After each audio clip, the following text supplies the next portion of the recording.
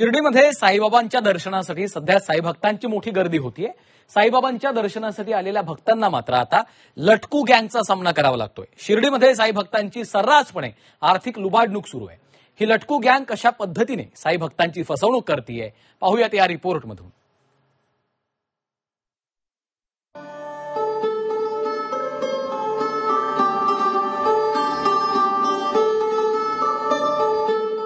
शिर्डीत साईबाबांच्या दर्शनासाठी देशाच्या कानाकोपऱ्यातून लाखो भाविक येत असतात।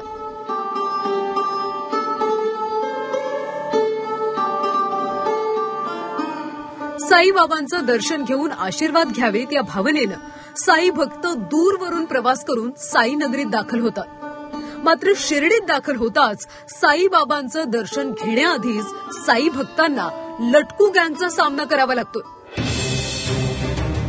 आता तुम्ही म्हणाल ही लटकू गँग काय प्रकार आहे? तर त्याचं असं आहे की शिर्डीत दाखल होणाऱ्या साई भक्तांवर या लटकू गँगची बारीक नजर असते। भाविक मंडळी आपल्या वाहनातून उतरण्याआधीच चला दर्शन करून देतो, आमच्याकडूनच प्रसाद घ्या असा रेटाच ही लटकू गँग लावते। साईबाबांच्या दर्शनासाठी आलेला भोळा भक्त मात्र बऱ्याचदा या गँगचा बळी ठरतो।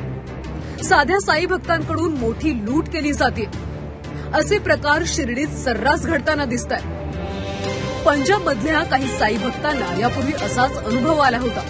ते पुन्हा एकदा साईबाबांच्या दर्शनासाठी शिर्डीत आले, मात्र लटकू गँगपासून सावध रहा असं आवाहनच ते करतायत। ऐसे काम नहीं करने चाहिए, किसी के ज्यादा पैसा नहीं लेना चाहिए, जो जितने की चीज है वही उतने ही लेने चाहिए। लेकिन ये कुछ ना कुछ करते हैं। हमको भी जिस टाइम हम 1-2 बार पहले आए हैं हमको लगा ऐसा, लेकिन अब नहीं लगा। अब हमने वो काम नहीं किया, जैसे फूल ले लो, ये ले लो, जूते जमा करा लो, पैसे ऐसे लेते हैं। उस वक्त का क्या अनुभव था, क्या आपको बताया गया उन लोगों की तरफ से? उन्होंने तो क्या भी ऐसा कर लो ऐसा कर लो, तो लेकिन हमने तो उस टाइम किया चलो, हमको पता नहीं था, हम पहली बार आए थे। अभी हमको सब कुछ पता चल गया, अभी नहीं ऐसा हुआ। हम सीधा इधर अंदर आए और गेट 2 नंबर गेट से अंदर आए और मत्था टेका। झगडे फाटा इथून मोटरसायकलनं साई भक्तांचा पाठलाग केला जातो। आमच्याच दुकानात फूल प्रसाद घ्या, आमच्याकडेच रूम घ्या, आम्ही तुमचं दर्शन व्यवस्थित करून देतो असं आमिष दाखवून साई भक्तांची लुबाडणूक केली जाते। लटकू गँगच्या माध्यमातून लूट होत असल्याचा प्रकार आमच्या निदर्शनास आलाय। या प्रकाराला वचक बसत नाहीये। साई भक्तांची लूट थांबत नसून पोलीस प्रशासन झोपा काढतं का असे आरोप करत शिर्डीचे माजी उपनगराध्यक्ष निलेश कोते यांनी पोलीस प्रशासनावर प्रश्नचिन्ह उपस्थित केलेत।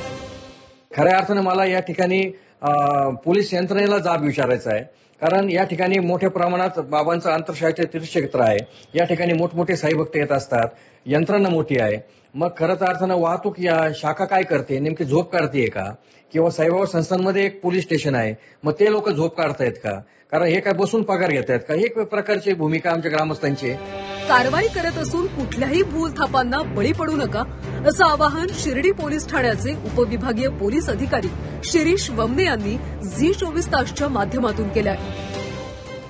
हे असे जे एजंट आहेत त्यांच्यावर आपण या अगोदरही कारवाई केलेली आहे, आताही कारवाई करत आहोत। पण आता ज्या वाढत्या लोकसंख्येच्या भाविकांच्या गर्दीमुळे आपण या कारवाईचं प्रमाण वाढवणार आहे। यासाठी आपल्याला पुरेसा बंदोबस्त उपलब्ध झालेला आहे, तसेच व्हीआयपींची पण वर्दळ असणार आहे। या सर्वांचं नियोजन साधून आपण त्यांच्यावर जास्तीत जास्त कारवाई करू। साईबाबांच्या दर्शनासाठी येणाऱ्या साई भक्तांची मोठ्या प्रमाणात फसवणूक केली जाते। भाविकांची लूट थांबवण्यासाठी प्रशासन कधी पावलं उचलणार हाच खरा प्रश्न आहे। कुणाल जगदाळे, झी24 तास, शिर्डी।